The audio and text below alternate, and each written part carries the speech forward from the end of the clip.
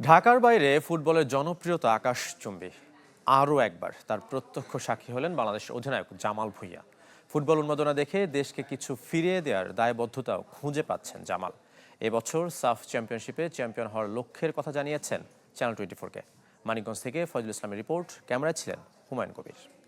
নতুন এবং ফিরে আসা গ্রাহকদের জন্য নগদে চলছে ক্যাশব্যাক সহ প্রতিদিন হাজারো উপহার জেতার সুযোগ। হবে আশা আর ফেরা, সারপ্রাইজ সেরা। সবাইকে একসাথে ইন্টারভিউ দিবেন বলেছেন।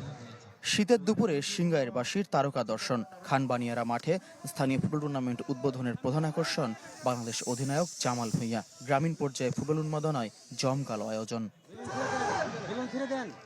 বাংলাদেশের সাফ আয়োজনের সম্ভাবনার খবর জামালের কানেও পৌঁছেছে।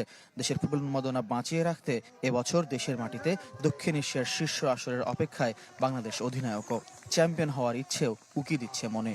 সাফ যদি এখানে হয় ঢাকা ভিতরে ও চিটাগং ও সিলেট ও ওয়েভার, যদি বাংলাদেশে হয় I think it's gonna be good for Bangladesh. আর আমরা যদি সাফ ট্রফি নিতে পারি ইভেন বেটার না।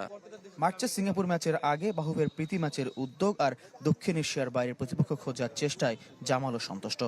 আই থিঙ্ক সিঙ্গাপুর আগে একটা ম্যাচ খেললে টিমের জন্য ভালো হবে, কারণ আমরা যদি এই ম্যাচ জিততে পারি তাহলে 8 পয়েন্ট পাবো আর র্যাঙ্কিংও ভালো হবে। তৃণমূলে এসে সাধারণের ফুটবল উন্মাদনা দেখে অভিভূত জামাল ভুঁইয়া। আয়োজকদের লক্ষ্য, আইডলকে দেখে তরুণরা বড় ফুটবলার হওয়ার স্বপ্ন দেখুক। মানিকগঞ্জ মানুষ আমাকে এত ভালোবাসায়, তো এটা আমি খুব এনজয় করতেছি আর প্রাউড লাগতেছে, কারণ ওরা এই টুর্নামেন্ট আমার নামে করতেছে। So it's a good feeling. যুব সমাজ যারা আছে তারা যেন আমাদের এই খেলার মাধ্যমে, টুর্নামেন্টের মাধ্যমে ইন্সপায়ার্ড হয় যে আরেকটু ভালো ফুটবল খেলার, জামাল ভুঁইয়ার মতো একজন ভালো ফুটবলার হওয়ার স্বপ্ন দেখতে পারে। মধ্যবর্তী বিরতি কাটিয়ে আগামী মাসে ঘরোয়া ফুটবলে মাঠে ফিরবেন জামাল ভুঁইয়া। ফজল ইসলাম, চ্যানেল 24, সিংগাইর, মানিকগঞ্জ।